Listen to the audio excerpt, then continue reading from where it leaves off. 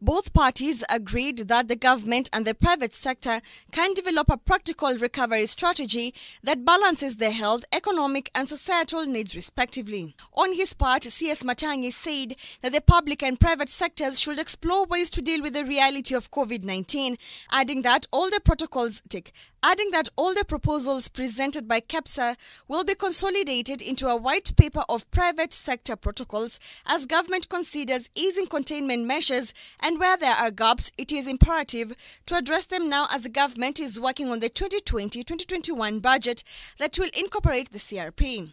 CS Matiang'i, who chairs the meeting, also confirmed that the National Treasury has handed over 10 billion shillings to the Kenya Revenue Authority for the VAT tax refund.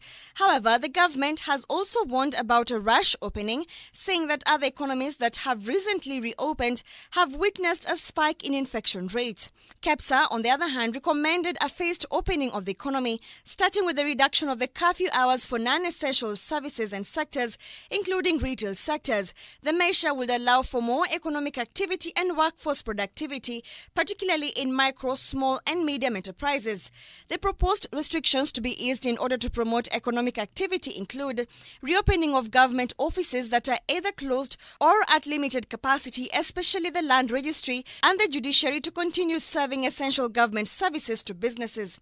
Review the curfew hours to begin at 9 p.m. and gradually review as time goes by, with eventual lifting of the curfew as appropriate. Reassess the review of the inter-county travel ban to allow farmers to travel between counties to sell produce and livestock.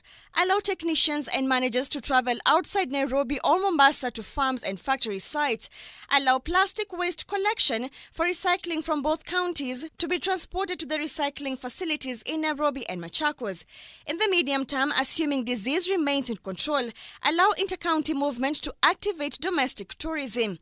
Reopen livestock and produce markets that had been closed with clear appropriate protocols. Classify recycling as part of essential businesses to stop piling of garbage. Reopen sporting events under controlled atmosphere and strict regulations. On education, reopen learning in schools, both public and private, to continue offering the accredited education curriculum while adhering to the recommendations of the Education COVID-19 Response Committee. Mercy Milanoi, K24 Business.